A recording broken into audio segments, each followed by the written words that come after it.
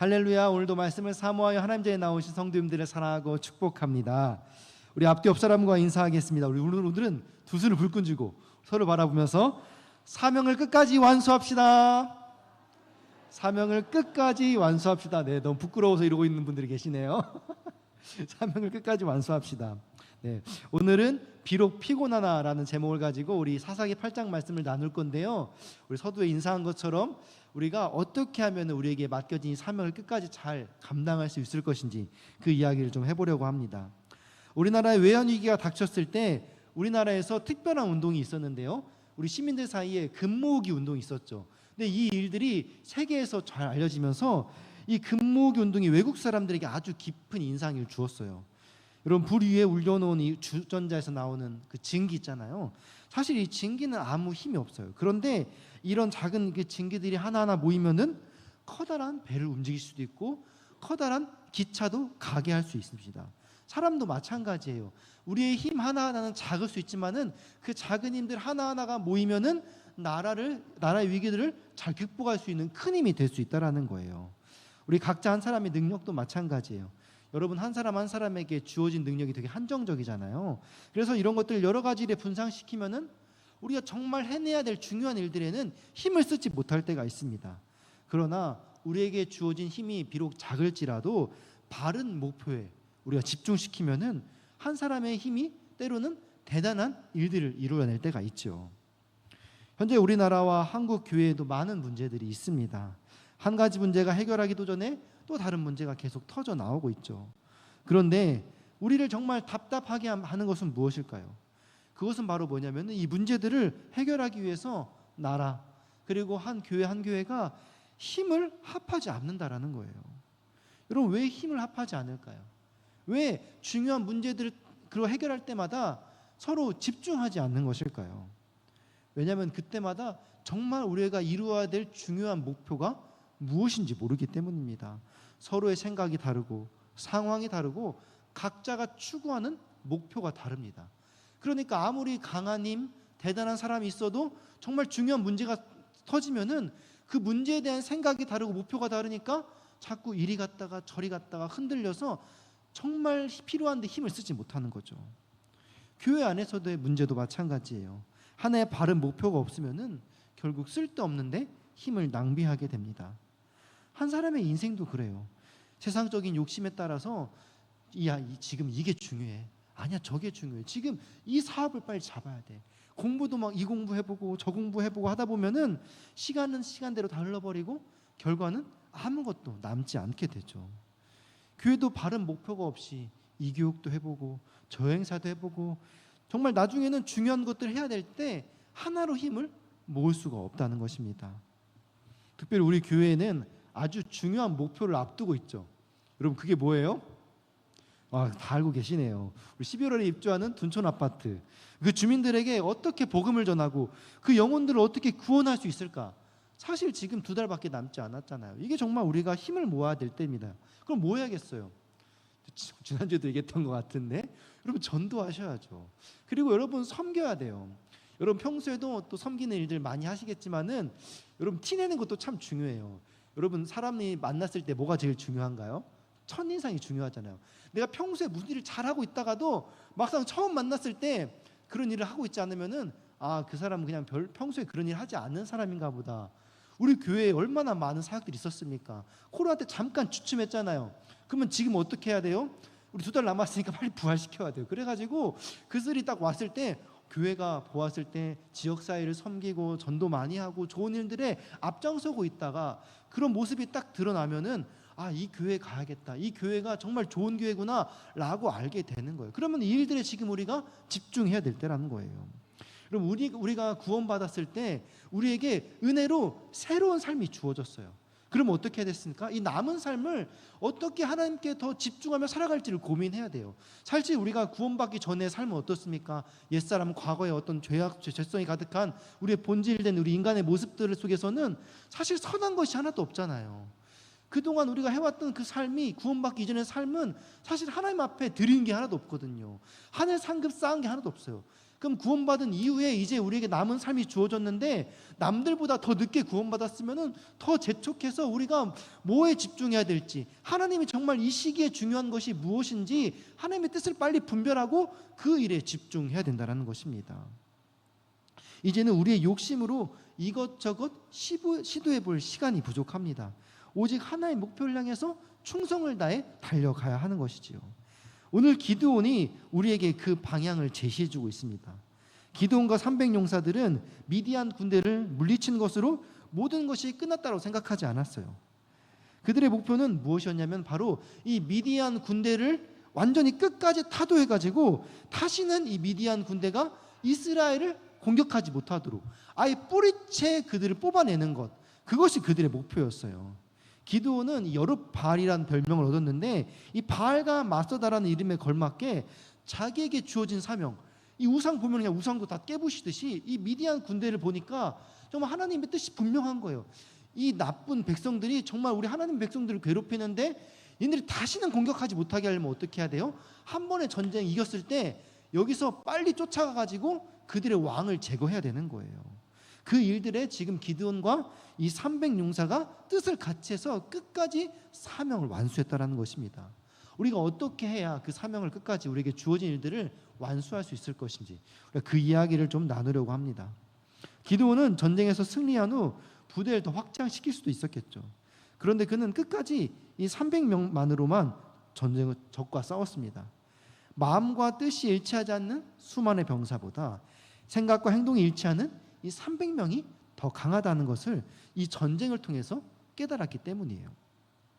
그래서 우리는 무슨 일을 하든지 잘 풀린다고 교만하지 않고 우리에게 주어진 분량에 맞게 한눈 팔지 않고 집중하고 그것을 끝까지 무슨 일이든지 해내는 것이 중요하다는 거예요. 오히려 우리가 무슨 일이 잘 풀렸을 때 이걸로 뭘 좀 해볼 수 있겠다라고 생각하는 것이 우리에게 독이 될 수 있다는 것입니다. 기드온은 자기에게 주어진 사명에 충실했어요. 기드온에게 주어진 사명이 뭐예요? 300용사 가지고 끝까지 싸우라는 거예요. 300용사하고 전쟁 한번 이겼다고 해서 그걸로 뭔가 해보려고 하는 것이 아니라 하나님께 그런 사명 받은 적이 없잖아요. 지금 자기에게 주어진 사명이 아직 끝나지 않았기 때문에 그 사명을 끝까지 감당한 것입니다. 기드온이 300용사 가지고 미디안에 13만 5천 병하고 싸워서 이겼어요. 근데 12만 명은 죽었는데 아직 15,000명이 남아서 지금 도망가고 있는 상황입니다. 근데 사실 기드온이 지금 몇 명이에요? 300명. 남은 병사 15,000명. 이것도 사실 수적으로는 너무 불리한 상황이에요. 그럼에도 불구하고 기드온과 300용사는 자기에게 주어진 사명을 끝까지 완수하기 위해서 떡과 물을 제대로 먹지 못하고 오늘 방금 읽었던 말씀처럼 비록 피곤하여도 끝까지 추격하여서 미디안의 왕 세바와 살문나를 사로잡았습니다. 그들에게는 분명한 목표가 있었기 때문이에요. 이번엔 그들을 놓치면은 다시 그들이 군사를 모아서 쳐들어올 것이 분명하거든요. 그래서 그들은 정말 목숨을 걸고 자기에게 주어진 사명을 끝까지 완수했던 것입니다. 우리에게도 이런 기드온과 300용사 같은 열정과 목표가 있어야 될 줄 믿습니다. 주님의 일을 위해서라면 식음을 전폐하고서라도 내 힘이 다할 때까지 피곤하여 지친 상태일지라도 그것을 완수하기 때까지는 내가 이 일을 멈추지 않겠다. 이런 결단과 각오가 우리에게 있어야 될 줄 믿습니다. 게다가 이 기드온에게는 또 열정만 있는 것이 아니었어요. 오늘 본문 8장 11절을 우리 같이 읽겠습니다. 시작. 적군이 안심하고 있는 중에 기드온이 노바와 욕부와 동쪽 장막에 거주하는 자의 길로 올라가서 그 적진을 치니. 아멘. 지금 기드온이 미디안 백성을 쫓는데 어디로 간다라고 말하고 있어요? 동쪽 장막에 거주하는 자의 길로 올라가서라고 말하고 있어요. 이 특별히 장막에 거주하는 자의 길이라는 것은 그 당시 유목민들이 주로 사용하는 원주민들만 아는 그런 비밀 통로였어요. 그런데 왜 기드온이 굳이 큰 길을 놔두고 그 당시 그 원주민들만 다니는 그 길을 물어가지고 그 길로 쳐야 했을까? 그 길로 쫓아가면은 이미 미디안 사람들이 도망가면서 그냥 도망갔을까요? 계속하면서 몇 명의 군대들을 남겨놓고 망을 보고 덫을 치고 해서 매복 작전을 펼칠 거 아니에요. 이게 전쟁의 기본 아닙니까? 근데 이것을 알고 있었어요. 큰 길로 가면은 그냥 당할 수도 있기 때문에 하나님께 지혜를 구하는 것입니다. 우리가 하나님이 함께 하신다라고 해서 무조건 큰 길로 쳐들어갔다가 어떻게 됐을까요? 아마 다 죽었을 것이에요. 사실 기드온과 이 300용사가 미디안 군대를 이긴 것도 그들이 어떻게 이겼어요? 하나님이 지혜를 주셔가지고 아주 특별한 방법으로 이겼잖아요. 사실 전면전으로 한 번도 싸워본 적이 없어요. 하나님이 기가 막힌 타이밍과 방법으로 그냥 자기들끼리 싸우다 죽은 거예요. 막상 전면전 싸우면 어떻게 됩니까? 이미 숫자도 300대 15,000이에요. 말도 안 되는 거예요. 지금 그들이 쫓아가서 자기네들이 이긴 거라 생각하고 착각했다가는 그냥 당할 수 있는 것입니다. 우리가 이처럼 하나님이 하신 일이라 해도 아무 노력이나 어려움 없이 그냥 들이받는다고 해서 그 일들이 해결되는 것만도 아니에요. 우리도 나름대로 최선을 다하고 방법을 구하고 우리가 할 수 있는 노력을 다해서 주님의 일이 정말 잘 이루어질 수 있도록 우리가 거기에 전심을 쏟아야 된다는 것입니다. 여러분, 예수님도 십자가의 사명을 감당할 때 어떻게 하셨나요? 예수님 십자가 지시기 전날 밤에 어떻게 하셨습니까? 피땀 흘려 기도하며 준비하지 않았습니까? 예수님이 어떤 분입니까? 하나님의 아들이에요. 모든 것 다 아시고 또 모든 것 다 가능하신 분께서 하나님의 사명을 감당할 때 그냥 쉽게 하지 않았어요. 전심전력해서 그 하나님이 그 계획하신 그 일들 하나하나 할 때마다 모든 일에 집중하셨다라는 거예요. 우리가 맡겨진 주님의 사명을 감당할 때 우리의 모든 것을 그렇게 쏟아내야 될 줄 믿습니다. 그때 하나님이 우리를 도우시고 일하시는 거예요. 여러분, 신앙에는 공짜가 없습니다. 물론 우리가 받은 은혜 거저 받았지만은 하나님께서 우리와 함께 하실 때 그냥 세상 사람들하고 우리를 더 높게 쓰신다고 해서 우리가 아무것도 안 하고 하나님이 막 등 떠밀어서 하는 게 아니에요. 우리도 하나님께 무언가 드릴 때 하나님이 우리의 그 드리는 그 작은 정성을 보고 하나님이 응답하시는 거죠. 기드온이 어떻게 이 세바와 삶은 나를 사로잡을 수 있었을까요? 기드온에게는 분명한 목표가 있었어요. 그 목표를 향해서 끝까지 헌신했다라는 거예요.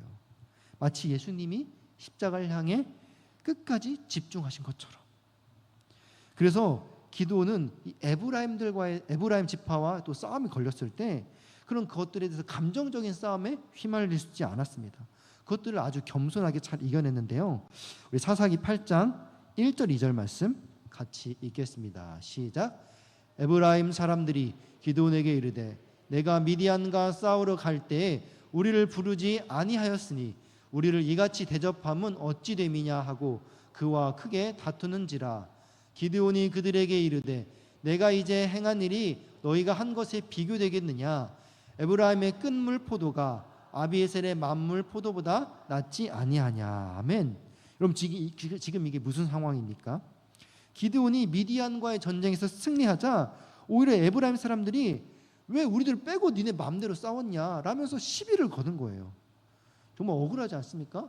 지금 이 300명 가지고 13만 5천 명을 이겼는데 칭찬하고 격려하지 못할 만정 지금 이 정치적 이 논리를 가지고 니네가 지금 뭐 한 건 해보려고 했냐 라면서 지금 시비를 거는 거예요. 근데 그때 기드온이 어떻게 대답합니까? 에브라임의 끝물 포도가 아비에셀의 만물 포도보다 낫지 아니하냐. 당신들이 그동안 이룬 업적에 비하면은 제가 이룬 업적은 이 세 발의 피도 못합니다. 발톱의 때만도 못합니다. 어유 대단하신다 이렇게 지켜 세우는 거예요. 지금 에브라임 사람들이 지금 다 된 밥에 숟가락 얹으려고 하는 거예요. 이거 어떻게 참을 수 있어요? 그러나 기드온에게는 한 가지 목표가 있었어요. 지금 얘네하고 지금 말다툼할 시간이 없는 거예요. 지금 빨리 쫓아야 되거든요. 15,000명 거기 쫓아야 되고 거기에 왕을 빨리 잡아야 되는데 지금 얘네랑 감정적인 싸움을 할 시간이 없는 거예요. 그 시간조차도 아까운 것입니다. 그래서 그래 너 다 가져라. 네가 다 했다고 쳐. 그게 지금 중요한 게 아니잖아요. 그리고는 미디안 군대를 계속 쫓는 것입니다. 기드온에게는 하나님이 주신 사명을 향한 분명한 목표 의식이 있었기 때문입니다. 그래서 그는 세바와 살문나를 죽이기 전까지 어떠한 전리품도 손대지 않았어요.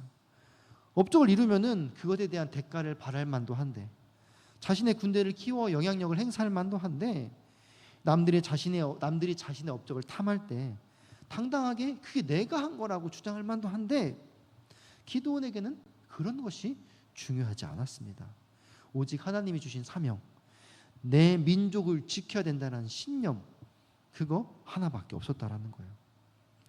우리도 오직 주님이 맡겨주신 그 사명 하나만을 바라볼 때 세상의 인정, 내가 일한 것에 대한 보상과 대가, 또 나에 대한 오해와 시기와 질투, 그런 것들이 있다 하더라도 그 모든 유혹과 시험을 이기는 힘을 얻게 될 줄 믿습니다.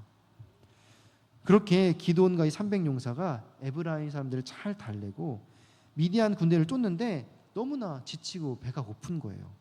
그래서 잠깐 이 숫곳이라는 곳을 들렸는데 숫곳 사람들에게 지금 우리가 이 미디안 군대를 와 싸워서 이기고 지금 그들의 왕인 세바 살문나를 내가 잡으러 간다.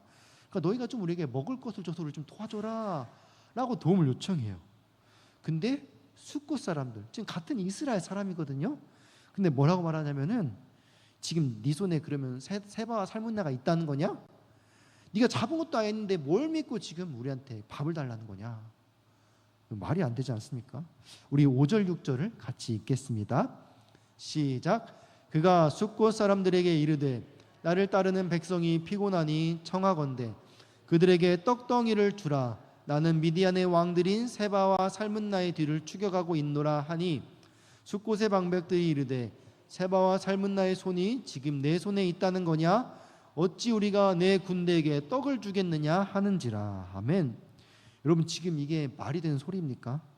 지금 같은 이스라엘 사람들이 힘을 모아도 모자랄 판에 기드온의 승리를 의심하면서 돕지 않는 거예요. 모르겠어요. 시기와 질투가 있어서 그런지 모르겠는데 이 기드온을 지금 돕지 않는 겁니다. 그 다음에 브누엘이라는 곳도 도착하는데 거기서 똑같은 반응을 보여주는 거예요. 그래서 기드온이 선전포고를 합니다. 우리 7절에서 9절 말씀입니다. 시작. 기드온이 이르되 그러면 여호와께서 세바와 살문나를 내 손에 넘겨주신 후에 내가 돌아와서 너희 살을 찢으리라 하고 거기서 브누엘로 올라가서 그들에게도 그같이 구한즉 브누엘 사람들의 대답도 숫곳 사람들의 대답과 같은지라.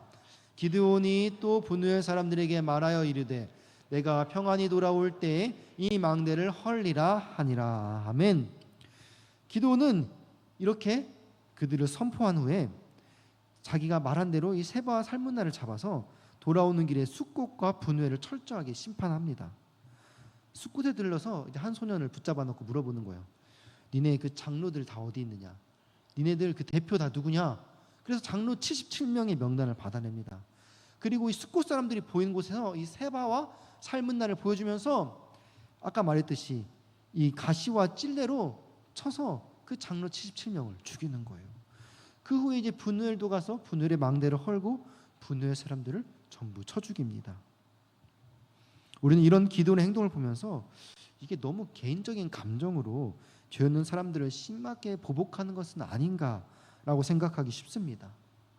그러나 이 공동체의 유익에 함께하지 않고 하나님의 뜻이 있음에도 자신의 이익만을 위해서 그렇게 하나님의 뜻을 거스르는 사람들이 있어요. 그들의 이기적인 행동으로 인해서 전쟁에 참여한 병사들의 사기가 떨어지는 거예요. 그들의 행동을 좌시하면 어떻게 됩니까? 그들에게 정당성을 부여해서 함께 도운 이들의 마음이 흔들려서 다음에는 또 그들도 비협조적으로 나오게 되는 거예요.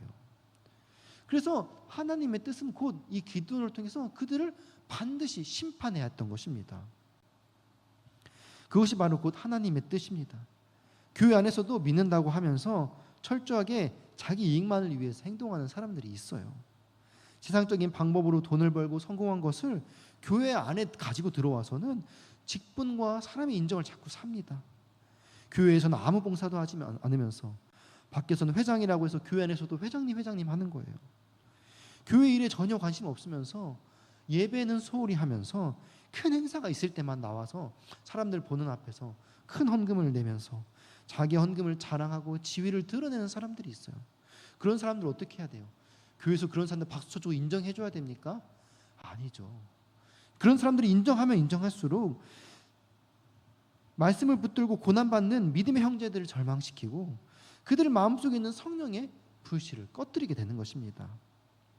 지금 당장은 그들이 대접받고 존경받는 것 같아도 기드온이 숫꽃과 분우회를 심판했듯이 주님이 오시면은 가시로 쳐서 징벌하실 것입니다. 주님은 절대 이 세상의 방법으로 얻은 부귀영화로 천국 영생을 거저 얻게 하시는 분이 아니기 때문입니다. 또 분우엘의 망대처럼 이름만 망대일 뿐 제 역할을 다 못하는 사람들도 마찬가지입니다. 망대가 어떤 역할을 합니까? 사람들에게 전쟁을 알리고 미리 대비시킨 역할을 하죠. 그런데 이 망대를 지킨 사람들이 허리띠를 풀고 앉아 밥 먹는 정신이 팔려 있다라면은 그 망대는 헐어버려야 마땅한 거죠. 그렇지 않으면 오히려 그 망대 때문에 많은 사람들이 방심하여서 되려 더 많은 피해를 입기 때문입니다. 교회 안에도 이런 영적인 망대 역할을 감당하는 사람들이 있어요. 누구입니까? 영적인 리더십들이지요.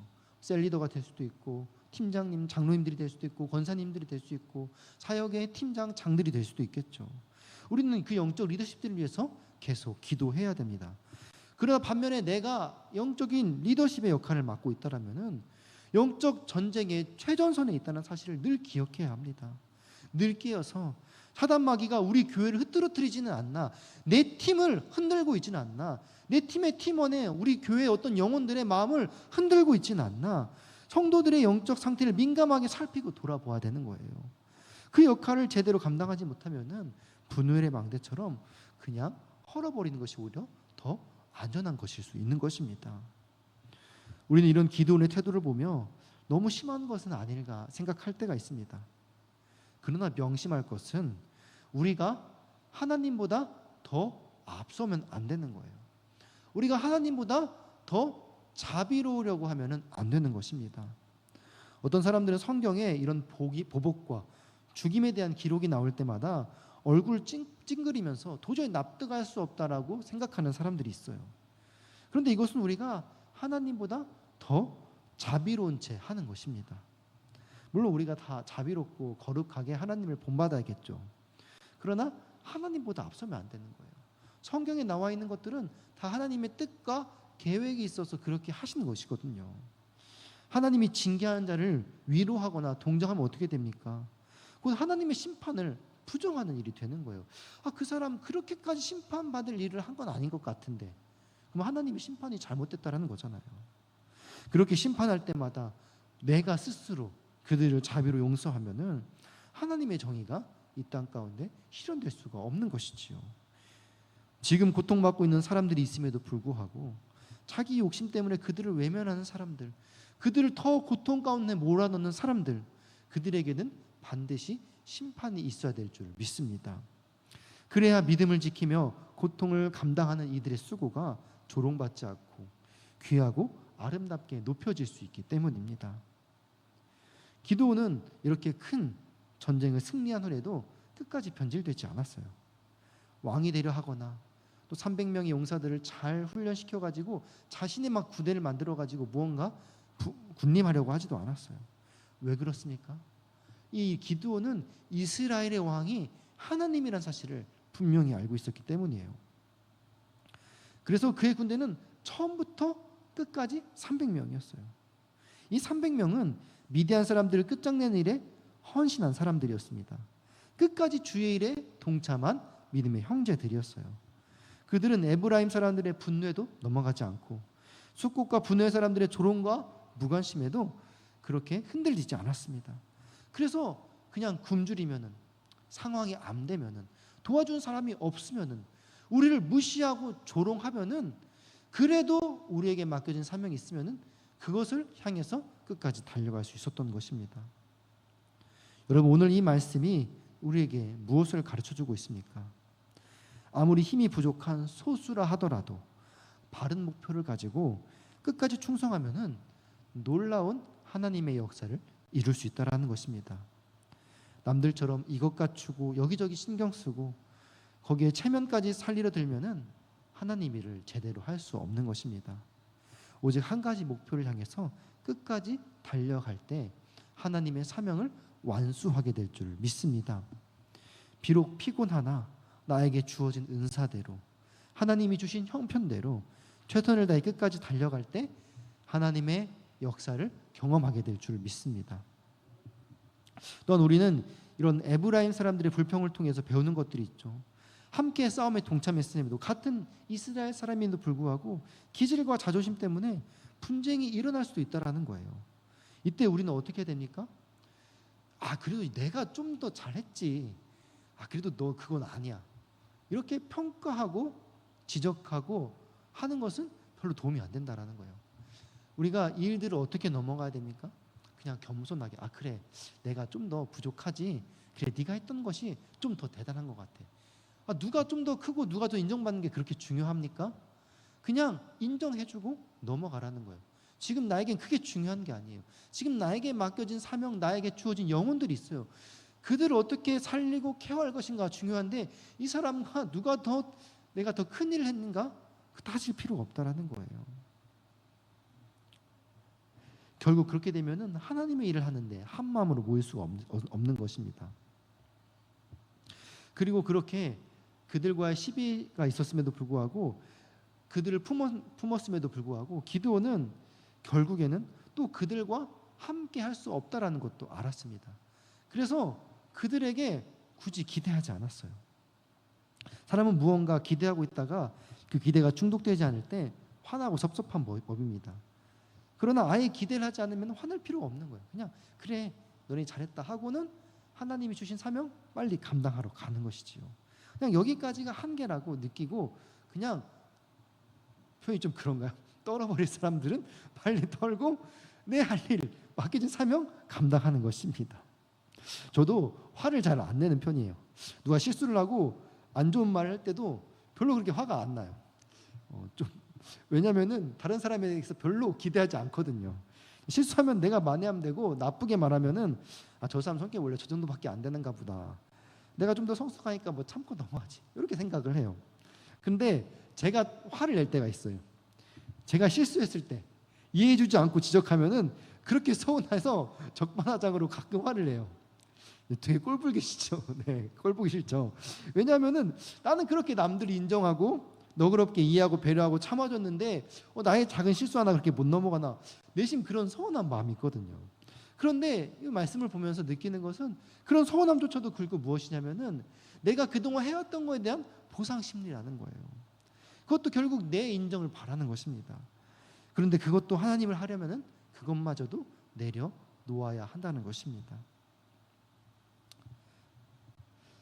그렇다면은 우리는 어떻게 해야 기드온처럼 끝까지 이 뜻에 하나님 뜻에 충실할 수 있을까요? 세 가지를 짧게 말씀드리고 마무리하겠습니다. 첫 번째로는 우리에게 주어진 하나님의 뜻이 무엇이냐? 바로 말씀을 밝히는 삶이에요. 우리는 하나님의 말씀을 비추는 삶을 살아야 합니다. 그래서 우리 교회가 하나님의 뜻을 전하는 교회가 되어야 되고 그러기 위해서는 우리 각자가 말씀을 잘 알고 실천해야겠지요. 기도원처럼 그래야 하나님의 음성에 잘 반응할 수 있는 것입니다. 두 번째로 치유의 공동체를 이루는 거예요. 우리 교회 성결교회 사중복음이 무엇이죠? 중생, 성결, 신유, 재림. 우리 성결과 더불어 신유를 되게 중요하거든요.